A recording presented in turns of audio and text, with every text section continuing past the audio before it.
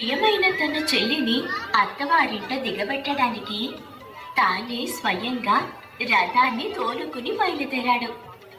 వారు దారిలో ఉండగా అకస్మాత్తుగా ఆకాశవాణి వినిపించింది. నువ్వెంతగానో ప్రేమించే నీ చెల్లికి పుట్టిన కుమారుడు నిన్నంతం చేస్తాడు. దేవకికి పుట్టే 8వ సంతానం చేత నువ్వు హతమవుతావు. తనని చంపేస్తే అప్పుడు ఆ సంతానమే ఉండదు కదా. అన్నయ్య,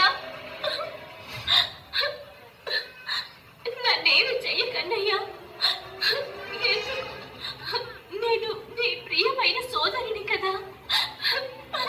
అన్నయ్య, దయచేసి నన్ను ఏమి చెయ్యొద్దు. కంస, అన్నయ్య, నువ్వు చేస్తున్న తప్పేమిటో నీకు అర్థమవుతుందా? తన పెళ్లి రోజునే నీ సోదరిని చంపటం ఎంత మాత్రం న్యాయం కాదు. మేము మాకు పుట్టిన ప్రతి సంతానాన్ని నీకు అప్పచెబుతామని మాటిస్తున్నాను.